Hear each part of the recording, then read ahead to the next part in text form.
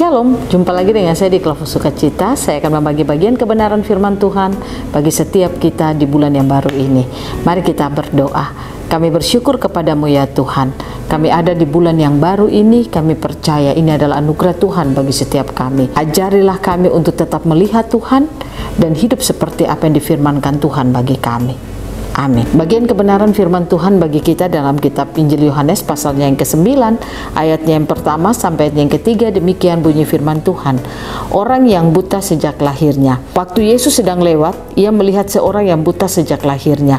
Murid-muridnya bertanya kepadanya, Rabi, siapakah yang berbuat dosa? Orang ini sendiri atau orang tuanya? Sehingga ia dilahirkan buta. Jawab Yesus, bukan dia, bukan juga orang tuanya, tapi karena pekerjaan-pekerjaan Allah harus dinyatakan di dalam dia. Demikian jauh pembacaan firman Tuhan. Pemirsa Kelompok yang diberkati oleh Tuhan, mari kita belajar untuk terus kita melihat bahwa tujuan kita hidup di dunia hanya untuk merepresentasikan Tuhan.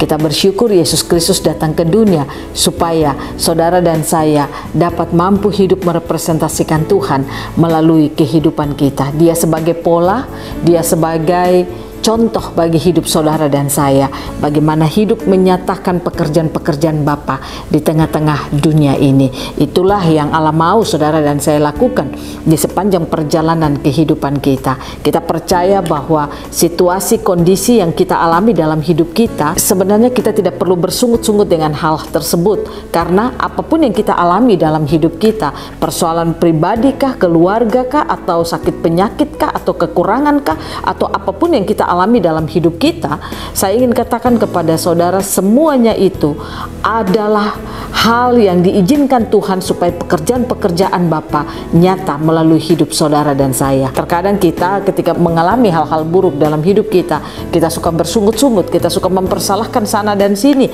bahkan kita terkadang tidak menyadari bahwa semua yang kita alami itu ada maksud Tuhan dalam hidup kita.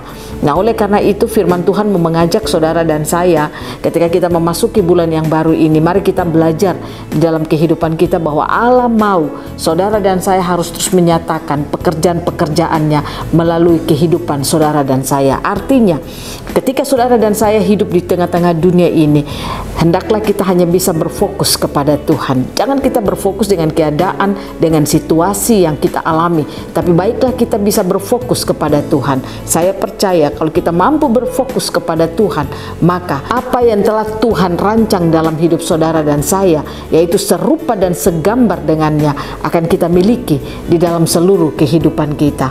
Saya percaya ketika saudara dan saya hidup di dunia, Allah hanya punya keinginan, sifat-sifatnya itu kita manifestasi itu di dalam seluruh kehidupan kita dari hari ke hari. Kalau kita belajar lewat bagian bacaan firman Tuhan, ketika Yesus dan murid-muridnya berjalan dan mereka melihat ada seorang anak yang buta sejak lahirnya. Pada saat itu murid-muridnya bertanya kepada Yesus, yang berdosa sebenarnya siapa? Apakah anak ini atau orang tuanya sampai anak ini harus lahir buta? Yesus katakan bukan dia, bukan juga orang tuanya, tapi ada pekerjaan-pekerjaan Bapa yang harus dikerjakan melalui anak ini. Itu berarti bahwa saudara dan saya mau diajak lewat bagian kebenaran firman Tuhan. Mari kita mensyukuri setiap hal yang Tuhan izinkan kita alami dalam hidup kita. Karena percayalah, apapun yang kita alami dalam hidup kita, ada pekerjaan Bapa yang mau Dia kerjakan melalui hidup saudara dan saya. Hendaklah saudara dan saya di dalam perjalanan kehidupan kita, kita mampu untuk terus bersyukur lewat apa yang kita alami. Karena Allah mau saudara dan saya harus menjadi segambar dan serupa dengannya. Dia mau sifat-sifatnya itu harus termanifestasi melalui seluruh kehidupan kita. Kita bersyukur lewat Yesus Kristus, kita diberikan kemampuan untuk bagaimana kita dapat menyatakan sifat-sifat Allah itu melalui hidup saudara dan saya. Nah, untuk itulah Yesus Kristus datang ke dunia. Nah, oleh karena itu, saudara dan saya yang percaya kepada Allah, kita yang percaya kepada Yesus Kristus, marilah kita terus bangun hidup kita dengan cara saudara dan saya harus senantiasa memiliki hati yang haus dan lapar akan firman Tuhan. Yang kedua, saudara dan saya harus mau untuk terus firman-firman yang kita dengar itu tersingkap lewat hidup saudara dan saya. Saya percaya kalau firman Tuhan tersingkap bagi hidup saudara dan saya, maka saudara dan saya akan tahu bahwa kita hidup untuk apa.